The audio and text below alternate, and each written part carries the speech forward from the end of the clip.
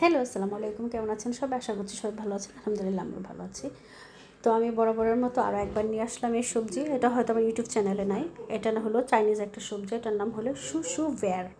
যেহেতু আমি ফ্রান্সে থাকি তো এটার নাম আমি বললাম। এটা আমি বাংলাদেশেরটা জানি না। বাংলাদেশে অ্যাভেলেবেল পাওয়া যায়, দেখতে পেয়ারার মতো, কিন্তু কাটার পর যে জালি কিংবা লাউ আছে না বাংলাদেশে, এরকম সেম।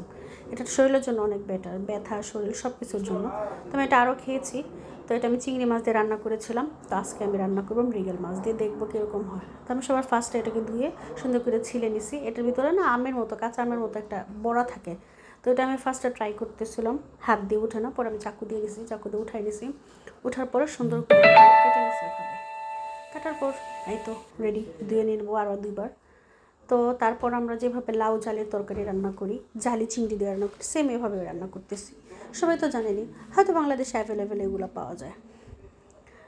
এখন বাংলাদেশে তো সবই আছে। আর ইউরোপে যারা আছেন, যারা খান নাই চিনেন না, তারা ট্রাই করতে পারেন। অনেক টেস্টি সবজিটা, সেম ঝালি কুমড়ার মতো, লাউর মতো, পেঁপে পেঁপে অ্যাকচুয়ালি পেঁপের মতো হয়।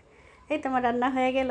সবাই ভালো লাগলে লাইক করবেন, কমেন্ট করবেন, শেয়ার করবেন, আর এটা ট্রাই করবেন একবার। আল্লাহ হাফেজ।